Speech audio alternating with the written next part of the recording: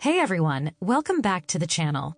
If you're an immigrant, an international student, or a healthcare worker planning to live, work, or train in the US, today's video is for you. Just days ago, on June 4th, 2025, President Donald Trump announced a new executive order, a fresh travel ban targeting 19 countries. This proclamation takes effect on June 9th and is already sparking confusion, concern, and anxiety among thousands of families and professionals globally. So let's break down exactly what this ban means, who it affects, who is exempt, and most importantly, what you can do now if you're impacted. So here's what's happening. This new travel ban is framed as a national security measure. According to the proclamation, citizens from 19 countries will face either full or partial entry restrictions into the U.S. The administration claims these nations failed to meet U.S. identity verification and security standards. But behind the policy language, many see a pattern similar to the earlier 2017 Muslim ban. Let me list the countries quickly. 12 of them, including Afghanistan, Iran, Haiti, Libya, Sudan, Yemen, and Eritrea, are under a full ban. That means people from those nations can't enter the U.S. for tourism, work, or even to immigrate unless they already hold a valid visa issued before June 9th.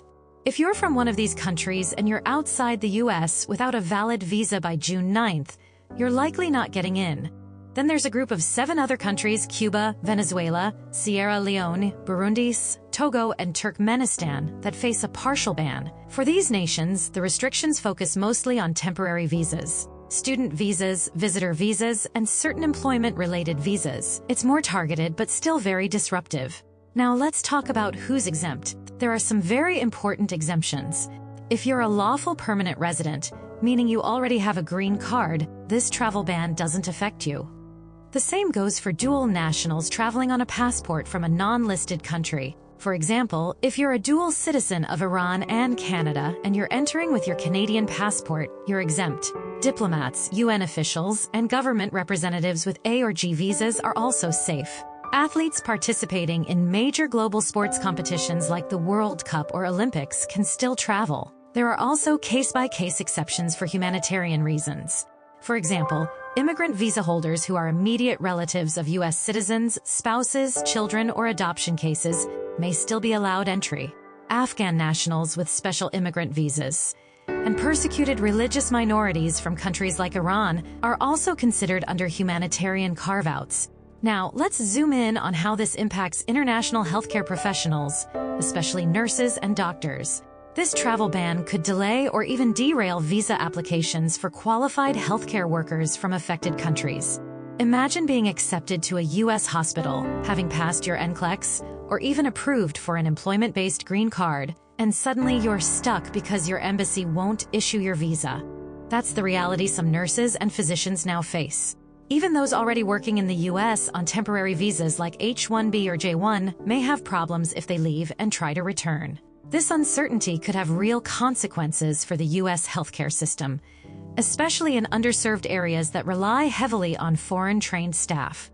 To be clear, this ban doesn't cancel visas already issued, and it doesn't revoke your green card, but it does stop many future applications and causes serious delays in processing, especially if you're from one of the countries listed. So, what should you do if you or someone you know is affected? First, consult an immigration lawyer or accredited advisor. There may be waiver processes or humanitarian exceptions available based on your profession, family ties, or personal risk.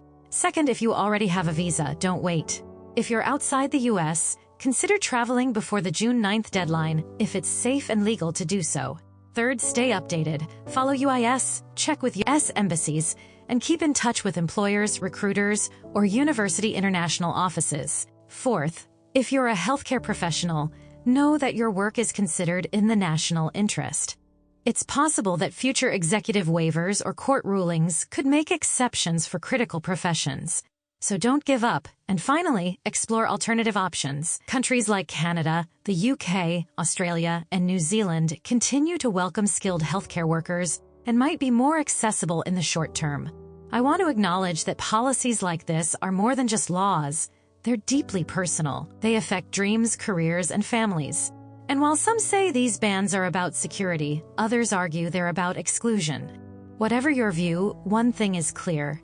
Immigrants, and especially healthcare professionals, remain essential to the well-being of the U.S. If this video helped you or someone you know, please give it a like, share it widely, and subscribe for future updates. We'll continue covering immigration policy, nurse migration, and tips for healthcare workers navigating international opportunities.